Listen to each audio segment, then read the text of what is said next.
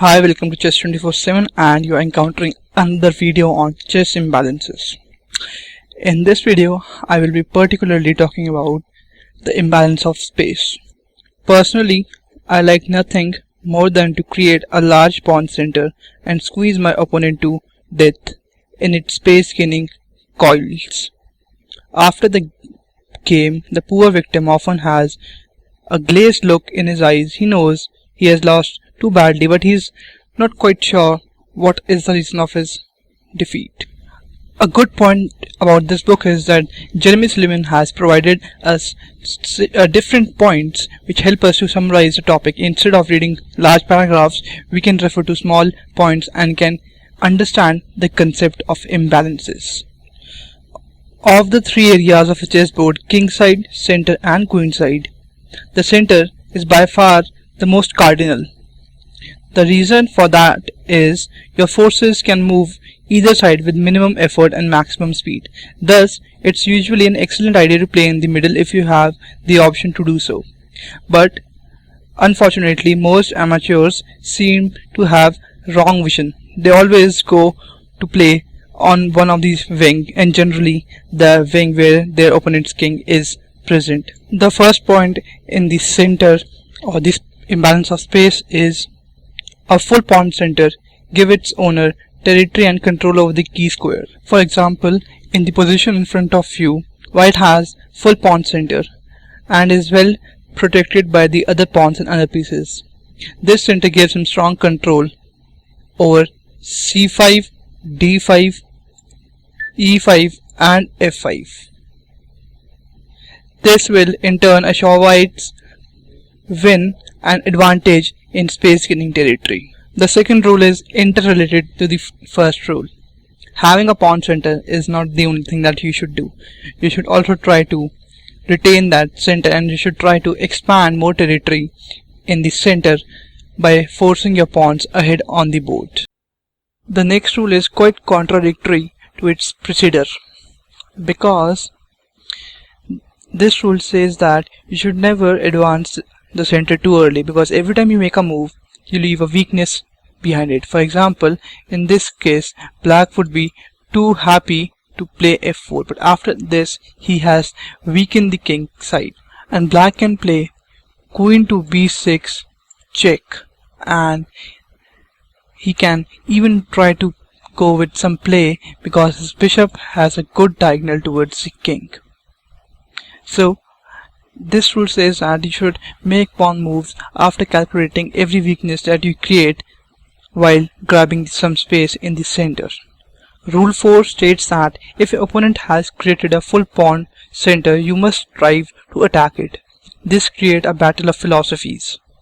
He is telling you he is stronger than you, and you are telling him that you are stronger than him. One of the most common cases of allowing a strong defense and a strong center in order to attack it comes about the Alekhine defense. So after the move e4, we have the knight f6, e5, d5, d4. Now white has strong center. d6 attacking the center, c4 attacking knight, knight b6, f4 still maintaining the center, d takes e5, f takes e5, knight c6, bishop e3, bishop f5, knight c3 development and protecting the center. e6 is played to give some scope to the dark bishop of black. Knight f3, bishop e7, bishop e2, black castles, white castles, f6, and now no matter what white does, black will dominate the center and he'll try to take the advantage of center from white's hand, and white cannot do anything. E takes f6, bishop takes f6, queen d2, queen d7, rook a to d1 and rook a to d8, and now both the sides are fighting for the center. Black wants to get rid of the center that white possesses, and the white side will try to retain this center and will try to further carry on with the board. Rule 5 states if the center pawn gets traded, then open file exists that makes it easy to get one's rook into play. An example would be French defense exchange variation. After the move e4, we have e6 French defense, d4, d5, e takes d5, e takes d5. And it doesn't take a genius to see that the open e file will be nice to play with a rook and would try to dominate the file. The next rule states that if the center becomes locked, then the play switches to the wings. An example would be d4, knight to f6, c4, c5 attacking the white center, d5 advancing and gaining some space in the center, e5, knight c3, d6 and e4. And here we can clearly see the center is locked and the play would go along the wings on the board.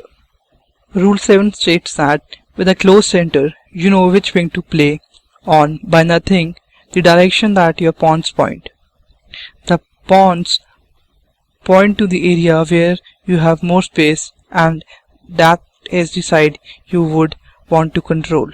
In the following diagram, black pawns on c7 and d6 point at the king side, while the pawns of white side are quite confusing because the pawns on e4 and d5 trying to say that they should play in the queen side, but the pawns on c4 and d5 says that they should go for king side attack. But in general, you want to push the pawns that sends next to your most advanced pawns. In general, having more territory is very positive thing. You get more room for movement and your pieces experience superior coordination. However, as your pawn advances, certain squares may become weak and it is possible, like ancient Rome, to expand too far too quickly. For this reason, you must annex extra space if you think you can control the territory behind your pawns. Also, the following rules are helpful.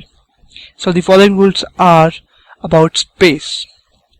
Rule number 1. When you have more space, it's usually a good idea to avoid exchanges.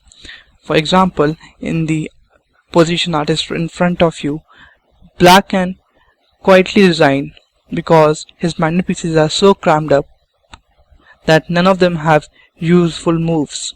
For example, the knight, he has no legal moves right now. The bishop has no moves where he can go to. The black bishop is again shut down completely. The knight is again shut down completely. His queen, his rooks are completely shut down. However, if we were to remove all the pieces and only leave the pawns and the kings, black would be fine simply because the cramping effect of the white pawns no longer has anything to cramp. Second rule of space is that if you have less space, an exchange or two will give the rest of your pieces more room to move about in. The third and the last rule of space is advantage in space is a permanent long-term advantage. You do not have to be in a hurry to utilize it. You should take your time and let the opponent stew in his own juices.